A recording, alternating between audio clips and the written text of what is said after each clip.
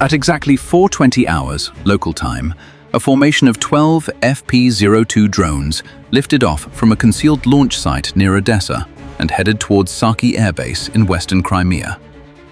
The timing was significant. Russia had recently reinforced the base with additional Su-30 fighter jets to strengthen the peninsula's air defenses and improve its ability to respond to future Ukrainian strikes. Every aircraft at Saki represented valuable combat power, making the airfield one of the highest priority targets in the region. Long before the drones reached Crimea, Russian radar operators detected the incoming formation.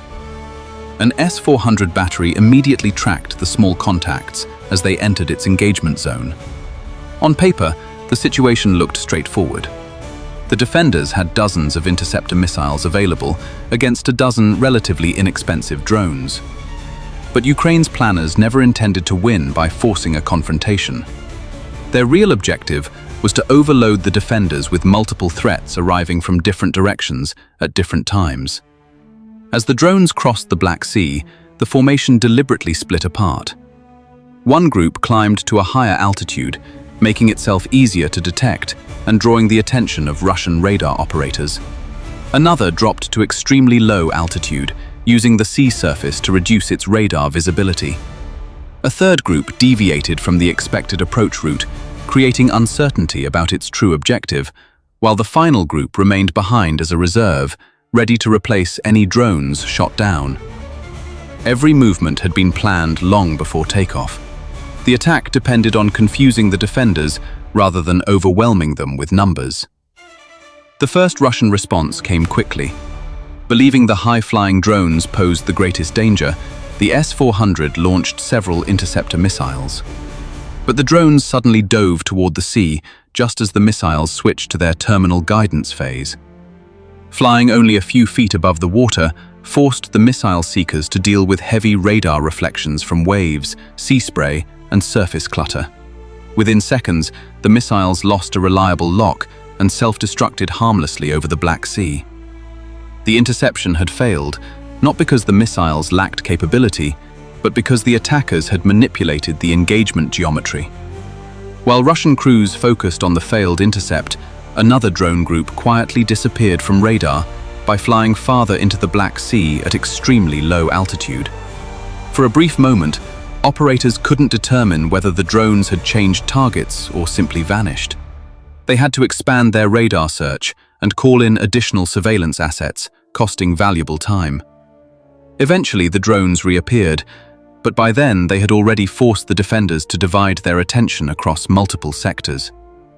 The next phase targeted the S-400 itself. 3 drones advanced directly toward the battery. The first was destroyed, convincing Russian crews they had regained control of the situation. The second continued charging straight at the launcher, drawing another interceptor into an increasingly difficult engagement. As everyone's attention focused on this apparent main threat, the third drone quietly approached from a lower altitude along a different angle. By the time operators recognized the danger, it was already too close. The drones slammed into the S-400 position, detonating its warhead and damaging the launcher. The battery hadn't been defeated by brute force. It had been defeated because every defensive decision had been manipulated in advance. But the operation was far from over. Crimea's defenses consisted of multiple overlapping layers.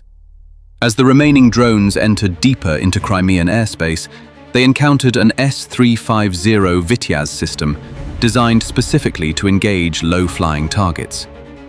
This battery reacted faster than the first. 2 drones were destroyed almost immediately before they could maneuver. The surviving drones adapted by dropping into narrow valleys and flying close to the terrain, forcing incoming missiles to navigate around cliffs and uneven ground.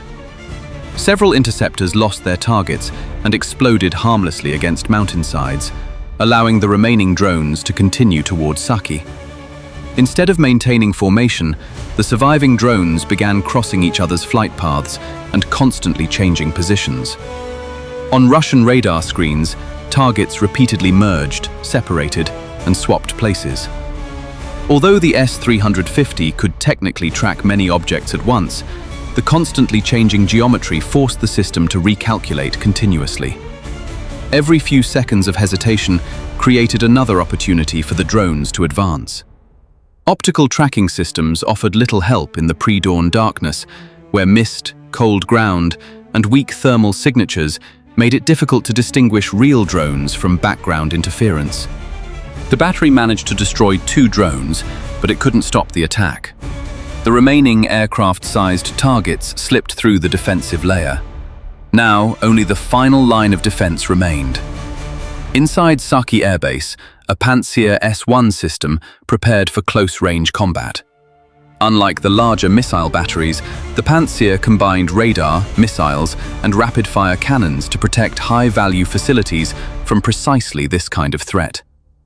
As the drones approached from 3 different directions, the crew quickly launched interceptor missiles, successfully destroying 2 more attackers.